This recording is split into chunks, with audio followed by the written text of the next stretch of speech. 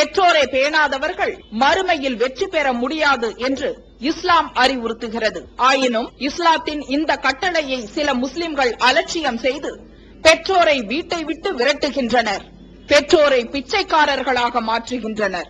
இந்த அவல நிலைக்கு பரிகாரம் காணும் வகையில் முதியோர் ஆதரவு இல்லத்தை தமிழ்நாடு தௌஹீத் ஜமாஅத் நடத்துகிறது. தாயன்புடன் உணவு, உடை, மருத்துவம் உள்ளிட்ட 24 மணி நேரமும் செவிலியருடன் கூடிய பராமரிப்பு மற்றும் தனி ஆம்புலன்ஸ் வசதி இவை அனைத்தும் முற்றிலும் இலவசமாக செய்து தரப்படுகிறது. அனாதைகளை அரவணைப்பவரும் நானும் சொர்க்கத்தில் இணைந்திருப்போம் என்ற நபிகள் நாயகம் ஸல்லல்லாஹு அலைஹி வஸல்லம் அவர்களின் அமுத மொழியை ஏற்று அனாதைகளை அரவணைக்கும் இல்லமும் தமிழ்நாடு தௌஹீத் ஜமாஅத் நடத்தி வருகிறது. இப்பணியை தொடர்ந்து செய்திட உங்கள் நன்கொடைகளையும் ஜகாத்தையும் தாராளமாக வாரி வழங்குமாறு கேட்டுக்கொள்கிறோம். உங்களது நன்கொடைகளை டிடியாகவோ, செக்காகவோ, மணி ஆர்டராகவோ அனுப்பலாம். டிடி அனுப்புபவர்கள் தமிழ்நாடு தௌஹீத் ஜமாஅத் வங்கி கணக்கு எண் 7882748827 இந்தியன் வங்கி மண்ணடி கிளை என்ற பெயரில் எடுத்து அனுப்ப வேண்டிய முகவரி தமிழ்நாடு தௌஹீத் ஜமாஅத் மாநில தலைமையகம் 30 அரண்மனைக்காரன் தெரு, மண்ணடி, சென்னை 1. போன் 0442215226.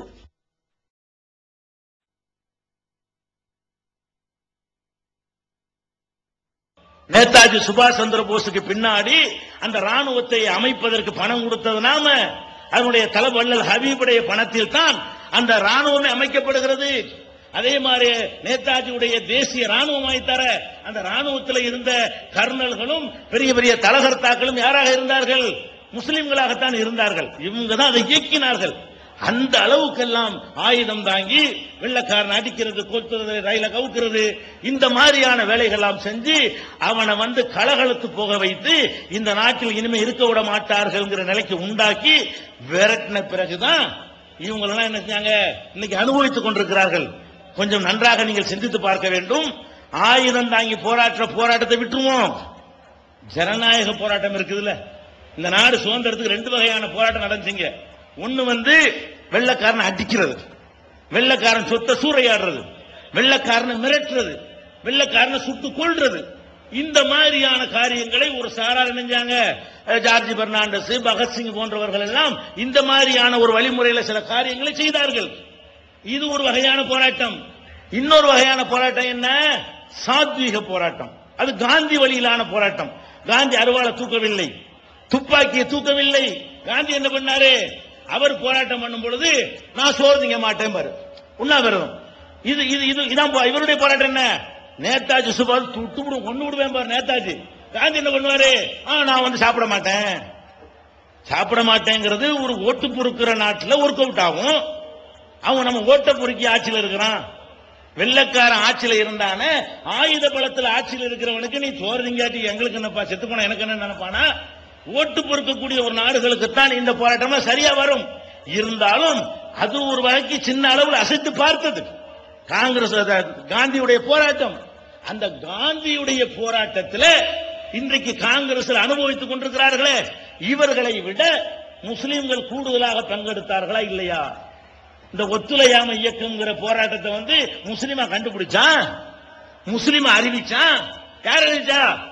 ஒத்துழையாமை இயக்கம்ங்கிற அந்த போராட்டத்தை கையில் எடுத்தது யாரு? காந்தி. ஒத்துழையாமை இயக்கம்டா என்ன? உனக்கு நான் ஒத்துழைக்க முடியாது, வெள்ளக்காரனோட எந்த வகையிலையும் உனக்கு ஒட்டும் இல்ல, உறவும் இல்ல, ஒத்துழைக்க முடியாதுன்னு சொல்லி ஒரு முடிவு எடுத்தார். அதுல சில திட்டங்களை வைக்கிறார். என்ன திட்டம்? ஒத்துழையாமை என்ன அர்த்தம் தெரியுமா?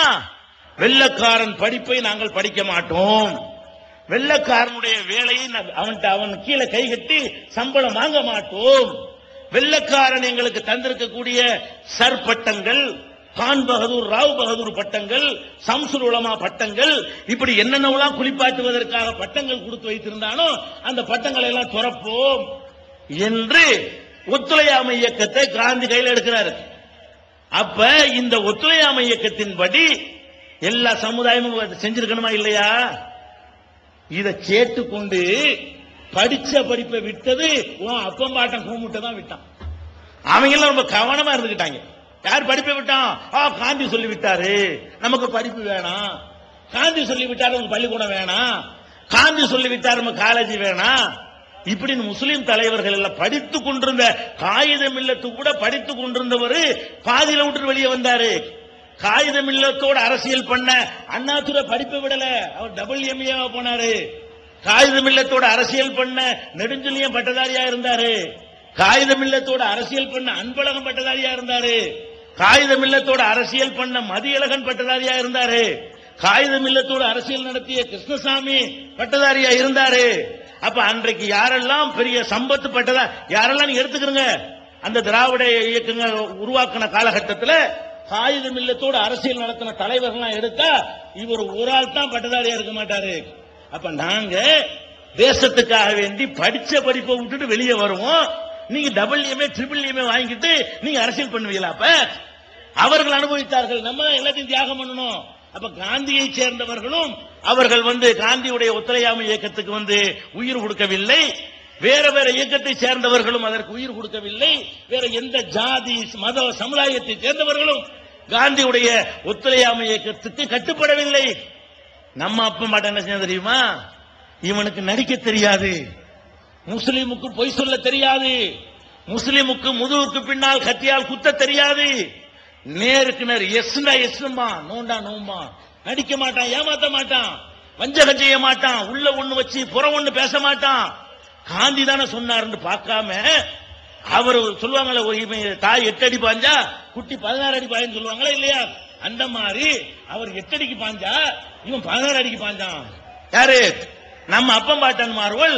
அவர் படிக்க வேணான்டார்ல, இவன் ஆங்கிலம் படிக்கிற ஹராம்ங்கிறான். அதுக்கு மேல போய் எந்த அளவுக்கு போறான், இவனுக்கு புத்தி போகுது பாருங்களேன். நம்மளை சந்தில விட்டு போயிட்டாங்க. நம்ம அப்பம் பாட்டன் மாறுவல்னா காந்தி படிக்க வேணான்ட்டாரு, அதனால படிக்காதீங்கன்னு அது ஒரு கணக்கு. ஆனால் என்ன பண்ணார்கள் தெரியுமா? அது மார்க்கத்துல பாவம். ஆங்கிலம் படிக்கிறது ஹராம், பாவம். எப்படி பண்ணி சாப்பிடுறது ஹராமோ, தண்ணி சாப்பிடுறது ஹராமோ, அந்த மாதிரி எதுவும் ஹராமு. ஆங்கிலம் படிக்கிறது ஹராமு அப்படின்னு யார் சொன்னா? நம்முடைய மூதாதையர்கள் பத்துவா கொடுத்தார்கள்.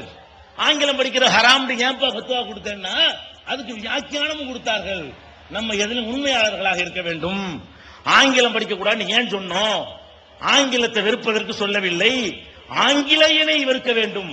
அதற்காகத்தான் இதை கையில எடுத்தோம். அப்ப அதை ஒழுங்கா எடுக்கணுமா இல்லையா? ஹராம்னு சொன்னா தானே ஆங்கிலேயர் மேல வெறுப்பு வரும். வெறுப்பு வந்தா தானே திருப்பி அடிப்பான, அப்பதானே அவன் விரட்டுவோம் அப்படின்னு சொல்லி அந்த சொன்னதை முழுசா செய்யணுமா, அரைகுறையா செய்ய மாட்டான். அவன் உனக்கு நல்ல அல்வா கொடுத்துட்டு போயிட்டான், இவன் முழுசா செய்யறான், அவன் முழுசா செஞ்சானா? அப்ப நம்ம என்ன செய்யறோம்? முழுசா நாங்கள் தேசபக்தி எப்படி காட்டுவோம்? அவர் படிக்கத்தான் வேணான்னு சொல்லுவாரு, நாங்க என்ன செய்வோம்? மார்க்கத்தில் இது ஹராம் பாவம் என்று சொல்லி நம்ம என்ன செஞ்சோம்? படிப்பை தியாகம். ஒத்துழையாமை இயக்கம் எதுக்கு சொல்ல வர்றேன்? அப்ப இந்த ஒத்துழையாமை இயக்கம் ஜவஹர்லால் நேரு படித்தாரு, அவருடைய மகள் படித்தார்களே, அந்த காலத்தில் அரசியல் நடத்தின எல்லாரும் படித்தார்களே, எங்களை மட்டும் ஏப்பா சந்தில விட்டீங்க, நாங்க மட்டும் ஏப்பா படிக்கல? அப்ப என்ன செஞ்சிருக்கணும்? நாடு சுதந்திரம் அடைஞ்சவன இவங்களுக்கு விசுவாசம் இருந்தால் நம்மளைய பிரதமராக போறான். காங்கிரஸ் கஷ்டமான காலத்தில எல்லாம் காங்கிரசுக்கு தலைமை தாங்கினது யாரு? ஜெயிலுக்கு போற காலத்தில எல்லாம் காங்கிரஸ் தூக்கி நிப்பாட்டினது யாரு? நாடு சுதந்திரம் அடைந்த அந்த நேரத்தில் காங்கிரசுக்கு தலைமை தாங்கினதெல்லாம் யாரு? மௌலானா அபுல் கலாம் ஆசாத் தலைமை தாங்கிட்டு இருந்தார். அவர் தான் நடத்தினார். எப்ப பேசுனால ஜெயில போட்டுருவான் வெள்ளக்காரன், பின்னி எடுத்துருவான், மறியல் போய் மண்டபத்தில் அடைச்சிடலாம் விட மாட்டான். அந்த காலத்துல அது சுதந்திரத்தில் நடக்கும், ஜனநாயக நாட்டில் நடக்கும். வெள்ளக்காரன் காலத்துல மறியலுக்கு போனா என்ன? மறியலுக்கு போனா உள்ள 18 மாசம் கடுங்காவல், 7 வருஷம் கடுங்காவல் தான், உள்ள கொண்டு போட்டுருவாங்க. அந்த மாதிரி கடுங்காவல் கொடுத்த காலகட்டத்தில் எல்லாம் காங்கிரசுக்கு தலைவராக இருந்தது மௌலானா அபுல் கலாம் ஆசாத். பதவி வரும்போது மட்டும் அப்படி அபுல் கலாம் ஆசாத் ஓரத்தில் உட்காருங்க பாயின்னு சொல்லிவிட்டு அவங்க உட்கார்ந்துட்டாங்க. இப்படி இதான் நடந்த சம்பவம். அப்ப கஷ்டமான நேரத்தில் காங்கிரஸ் சொன்னாலே பிடிச்சி உள்ள போட்டுருவான, அந்த மாதிரி காலத்தில எல்லாம் தாங்கி பிடிச்ச ஒரு சமுதாயம் என்னாச்சு? இன்னைக்கு எந்த பதவியும் இல்ல. அப்ப இது எப்படி அவன் என்ன செஞ்சிருக்கணும்? சுதந்திரம் அடைஞ்சவன இவங்க எல்லாரும் சுதந்திரம் கிடைச்சிருக்குமா? அவன் நினைச்சு பார்த்திருக்கணும். நேரு நினைத்திருக்க வேண்டும், பட்டேல் நினைத்திருக்க வேண்டும், அரசியல் சாசன சபை உருவாக்கினார்களே அவர்கள் நினைத்திருக்க வேண்டும், அன்றைக்கு நாடாளுமன்ற உறுப்பினர்கள் நினைத்து பார்த்திருக்க வேண்டும், அன்றைக்கு இருந்த மந்திரிகள் என்ன நினைக்கணும்? இந்த பதவிகளை அனுபவிக்கிறோமே, இவங்க இந்த பதிலடி சரியா கொடுக்காட்டி கிடைச்சிருக்குமா? முஸ்லீம்களுடைய அந்த ஃபைட் இல்லைன்னு சொன்னா இந்த நம்ம அந்த பிரதமரை உட்கார முடியுமா? இவங்களுக்கு வெள்ளக்காரன் கொடுத்ததை டபுள்ல கொடுக்கணும். இவங்க வெள்ளக்காரன் இடஒதுக்கி கொடுத்தது வேணாம்னு தியாகம் பண்ண கூட்டம்ல இவங்க அப்படி நினைக்கணுமா இல்லையா? அதான் வெள்ளக்காரன் இடஒதுக்கீடு தர்றான், அடை உன் படிப்பை எனக்கு வேணாம்டா. நம்ம வெள்ளக்காரன் வேலை தர்றான், உன் வேலையை வேணாம்டா. அதை மாத்திரம் செய்யவில்லை. பள்ளிவாசல் எதுக்கு? வெள்ளக்காரனுக்கு பள்ளிவாசல் சம்பந்தம். அவன் அவங்க கோயில்ல வழிபாடு பண்ணிட்டு போயிட்டு இருப்பானுவோ. நம்ம ஆளுக்கு அதையும் முச்சு போகணும்ல. எல்லாம் ரொம்ப கரெக்டா செய்வாங்களாம். இப்படி நம்பி ஏமாந்து போனோம். நம்ம என்ன செய்யணும்? நம்ம எல்லாத்திலும் உண்மையாளர்களா இருக்கணும் அப்படின்னு சொல்லி பள்ளி வாசல்கள் எல்லாம் வெள்ளக்காரனுக்கு எதிரான பிரச்சாரம். கோயில்களை செஞ்சாங்களா? சர்ச்சில்